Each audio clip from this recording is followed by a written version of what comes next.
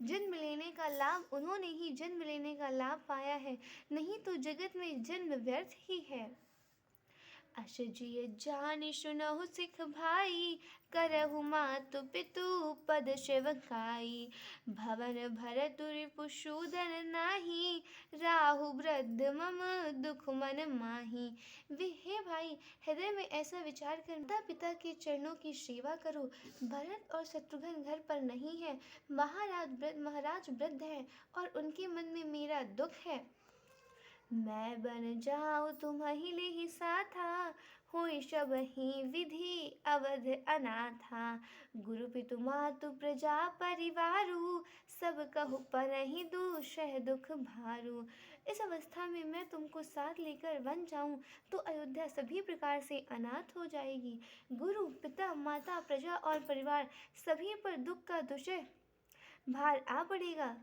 रहु करहु सब कर परितोषु, न तरु तात होहहि बड़ दोषु। जासु राज प्रिय प्रजा दुखारी, सो नृप अवश्य न रखे अधिकारी। अतः तुम यहीं रहो और सबका संतोष करते रहो, नहीं तो हे तात बड़ा दोष होगा। जिसके राज्य में प्यारी प्रजा दुखी रहती है, वह राजा आवश्यक ही नरक का अधिकारी होता है। रहु तात असी नीति विचारी, श्रुत लखनु भय बचन सुखी गए कैसे। परषद तुहिन ताम रसु जैसे। हे तात, ऐसी नीति विचार कर तुम घर रह जाओ। यह सुनते ही लक्ष्मण जी बहुत ही व्याकुल हो गए। इन शीतल वचनों से वे ऐसे सूख गए जैसे पाले के स्पर्श से कमल सूख जाता है। उतरु न आवत प्रेम बशे, गहे चरण अकुलाई। नाथ दास मैं स्वामी तुम, तजहु न काह बसाई। लखन सिया रामचंद्र की जय। प्रेमवश लक्ष्मण जी से कुछ उत्तर देते नहीं बनता। उन्होंने व्याकुल होकर श्री रामचंद्र जी के चरण पकड़ लिए और कहा, हे नाथ, मैं दास हूँ और आप स्वामी, अतः आप मुझे छोड़ ही दे तो मेरा क्या वश।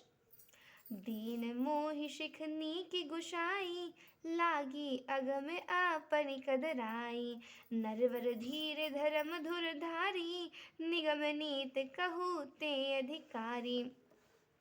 हे स्वामी, आपने मुझे सीख तो बड़ी अच्छी दी, पर मुझे अपनी कायरता से वह मेरे लिए अगम पहुँच के बाहर लगी। शास्त्र और नीति के तो वे ही श्रेष्ठ पुरुष अधिकारी हैं जो धीर और धर्म की धुरी को धारण करने वाले हैं। मैं सुषि प्रभु स्नेह प्रतिपाला, मदरु मेरु की लेहि मराला। गुरु पितु मात न जानहु काहू, कहीं हंस भी मंदरांचल या सुमेरु पर्वत को उठा सकता है।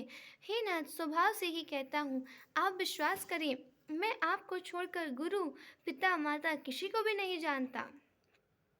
जहाँ लगी जगत स्नेह गश्त सगाई, प्रीति प्रतीति निगम निज गाई। मोरे सबहि एक तुम स्वामी, दीन बंधु उर अंतरजामी।